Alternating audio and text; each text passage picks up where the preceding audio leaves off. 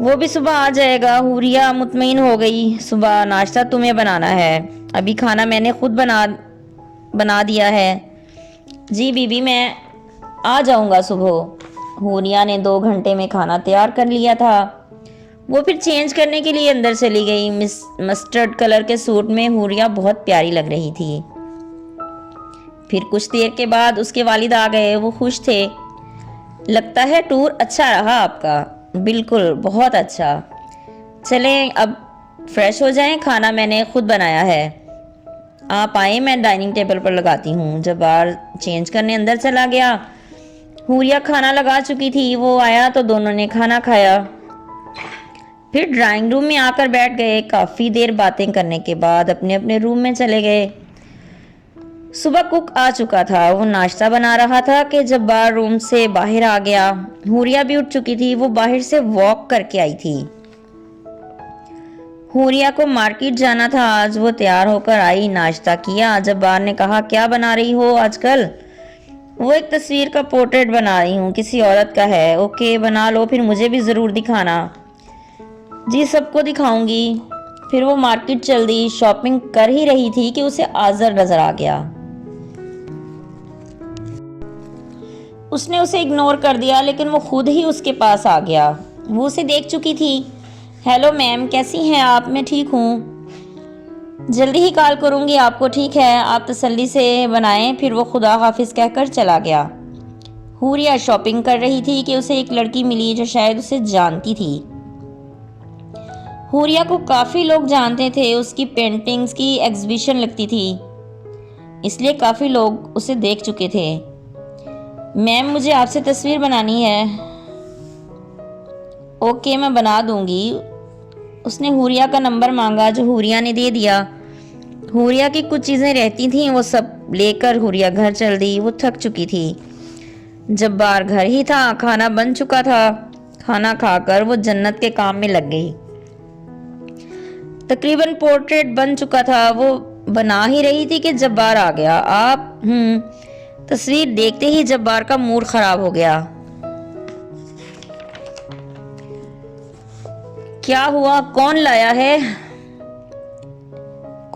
ہے یہ؟ کوئی آذر نام کا بندہ تھا۔ جبار غصے میں تھا۔ حوریہ سمجھ گئی کوئی تو بات ہے، اسے باہر پھینکو۔ کیوں؟ خیریت؟ یہ کلائنٹ ہے، اس سے زیادہ کچھ نہیں۔ یہ وہ ہے جس نے ہماری زندگیوں میں اندھیرے بھر دیے۔ کیا مطلب؟ یہ ماں ہے تمہاری، اور یہ ویسے بھی یہاں تک ویسے نہیں پہنچی، اسے نہیں آنا چاہیے تھا۔ میں نے گھر میں سے ہر نشان ختم کر دیا تھا اس کا۔ حوریہ دنگ کھڑی تھی، پھر وہ بیٹھ گئی۔ اسے زور کا جھٹکا لگا تھا، اس نے سوچا بھی نہیں تھا کہ ایسا ہوگا۔ وہ تصویر کو دیکھنے لگی تو اسے احساس ہوا اس کا چہرہ کافی ملتا تھا اس سے۔ اس نے آج تک نہیں پوچھا تھا کہ وہ کہاں ہے، اس کا کیا ہوا تھا۔ حوریہ ساکت بیٹھی تھی، جبار بولے جا رہا تھا۔ پھر حوریہ کی طرف دیکھ کر وہ ایک دم چپ کر گیا۔ حوریہ جبار اسے جھنجھوڑ رہا تھا، اسے آوازیں دے رہا تھا۔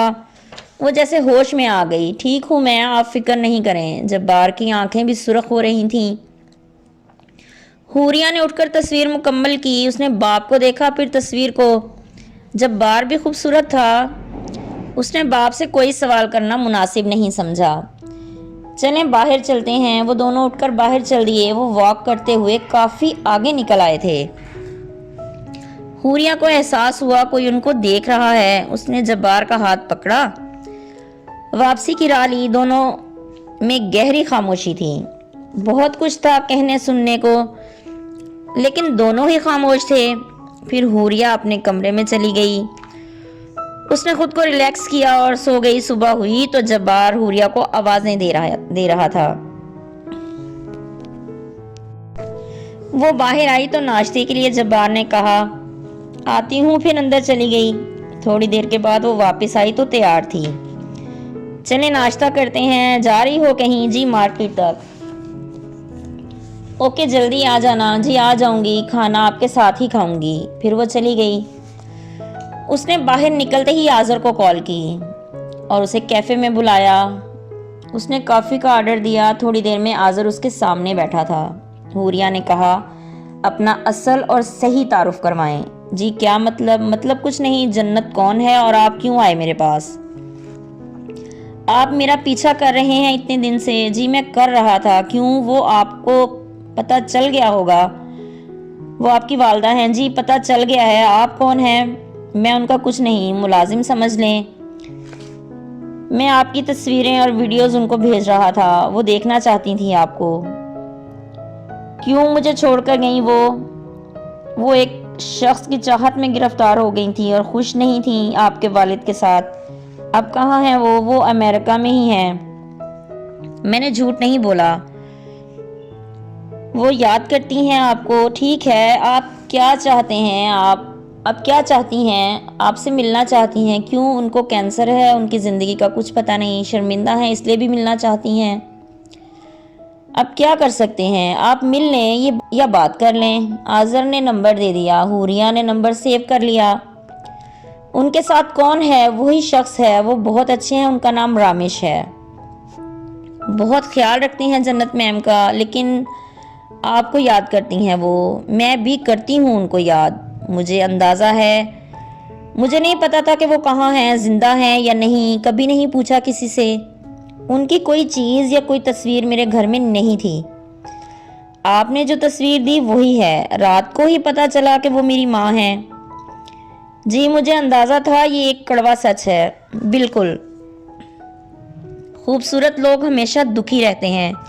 وہ اپنی خوبصورتی کی وجہ سے دوسروں سے مطمئن نہیں ہو پاتے، ساری زندگی تکلیفوں کا شکار رہتے ہیں۔ رامیش سر بہت اچھے ہیں، انہوں نے کبھی ان کو تکلیف نہیں دی۔ لیکن آپ سچ کہتی ہیں، وہ بہت زیادہ خوبصورت ہیں۔ آپ کے والد کے ساتھ کچھ تلخ یادیں تھیں جن کی وجہ سے وہ رامیش سر کے پاس چلی گئیں، لیکن آپ کے پیچھے چھوٹ جانے کا غم تھا ان کو، وہ اس بات سے دکھی تھیں۔ آپ کون ہو؟ سچ سچ بتاؤ۔ میں رامیش کا بیٹا ہوں، میری والدہ کا ہارٹ اٹیک ہوا تھا، میں جب پیدا ہوا مجھے جنت میم نے ہی سنبھالا۔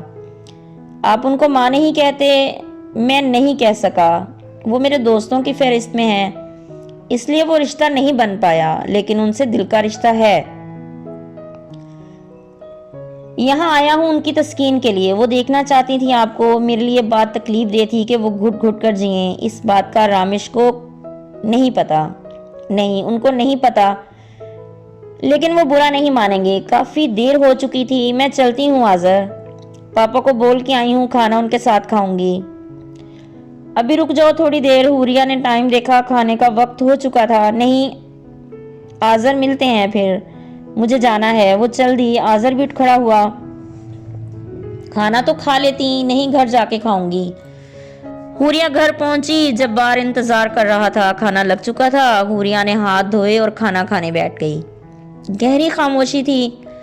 کھانا کھا کے حوریہ اٹھ گئی۔ جبار نے کہا، حوریہ مجھے تم سے بات کرنی ہے۔ جی بولیں۔ میری کچھ غلطیاں ہیں، میں جنت کو وہ عزت نہیں دے پایا جس کی وہ حقدار تھی، مجھے پتا ہے۔ کیا؟ جی ہاں مجھے پتا ہے، میں آپ دونوں کو معاف کر چکی ہوں، حالات ہی ایسے تھے کہ یہ سب ہو گیا، کسی کا کوئی قصور نہیں ہے۔ وہ بیمار ہیں، ان کو کینسر ہے، ہو سکتا ہے ان کی زندگی کا آخری وقت ہو۔ مجھے معافی مانگنی ہے اس سے۔ اوکے دیکھتے ہیں۔ حوریہ نے کال ملائی، دوسری طرف فوراً کال پک کر لی گئی۔ ہیلو، حوریہ نے بڑی مشکل سے ہیلو کہا۔ دوسری طرف سے آواز آئی، حوریہ جی آپ کیسی ہیں؟ میں ٹھیک ہوں، آپ کیسی ہو؟ ٹھیک۔ کہاں ہیں آپ؟ میں ہاسپٹل میں ہوں۔ جبار رونے لگا تھا اس کی آواز سن کر۔ جنت مجھے معاف کر دو۔ میں کب کا معاف کر چکی تمہیں، مجھے حوریہ سے ملنا ہے ایک مرتبہ۔ ہاں ملنے آؤں گی میں آپ سے بہت جلد۔ آپ اپنا خیال رکھیے اور اب خوش رہیے۔ ہاں میں خوش ہوں، آذر نے مجھے دکھایا تمہیں، اس نے مجھے خوشی دی ہے، لیکن میں تمہیں اپنے پاس دیکھنا چاہتی ہوں۔ میں آ رہی ہوں بہت جلد، آ جاؤ۔ اوکے۔ حوریہ نے کال کاٹ دی۔ اس نے آذر کو کال کی، اسے بتایا کہ مجھے جانا ہے جنت کے پاس، اپنا پاسپورٹ ریڈی رکھیے، میں صبح ملتا ہوں آپ سے۔ جبار نے کہا مجھے بھی جانا ہے۔ حوریہ نے آذر کو بتا دیا کہ رامش کو آگاہ کر دے۔ آذر نے کہا آپ بے فکر ہو جائیں۔ پھر کچھ ہی دنوں میں وہ وہاں تھے۔ حوریہ سیدھی ہاسپٹل پہنچی۔ وہ روم میں داخل ہوئی تو بیڈ پر جنت آنکھیں موندے لیٹی تھی۔ حوریہ نے اسے دیکھا تو حیران رہ گئی، وہ تصویر سے بھی زیادہ خوبصورت تھی۔ حوریہ نے ہاتھ تھام لیا، جنت نے آنکھیں کھولیں، آنکھوں سے آنسو بہہ رہے تھے۔ جنت نے اسے گلے لگا لیا۔ حوریہ نے خود کو کنٹرول کیا اور کہا بس آپ رونا نہیں روتی۔ جبار بھی اسے دیکھ کر افسردہ تھا۔ میں ٹھیک ہوں اب۔ آذر دوسری طرف جنت کا ہاتھ تھامے کھڑا تھا۔ جنت نے اس کی طرف دیکھا، دونوں کی آنکھوں میں بہت زیادہ محبت تھی ایک دوسرے کے لیے۔ شکریہ حوریہ کو لانے کے لیے، تم نے میری آخری خواہش پوری کر دی۔ حوریہ آذر بہت اچھا انسان ہے، آپ کہہ رہی ہیں تو مان لیتے ہیں، کیونکہ خوبصورت لوگ کسی کی تعریف نہیں کرتے۔ سب ہنس دیے۔ پھر وہاں ایک شخص آ گیا، وہ رامش تھا۔ لگ ہی نہیں رہا تھا وہ آذر کا باپ ہے۔ وہ کھانا لے کر آیا تھا۔ سب نے کھانا کھایا۔ اچھا تو آپ ہو حوریہ؟ جی میں حوریہ ہوں۔ Welcome to my home. جی تھینکس، کھانا کھاؤ پھر گھر چلتے ہیں۔ آذر اسے بتا چکا تھا، وہ سب کے لیے کھانا لایا تھا۔ پھر سب نے کھانا کھایا۔ رامش نے کہا اب گھر چلو، آپ لوگ آرام کر لو، پھر آ جانا واپس۔ آذر نے کہا آپ لے جائیں ان کو، میں اب جنت کے پاس رہوں گا۔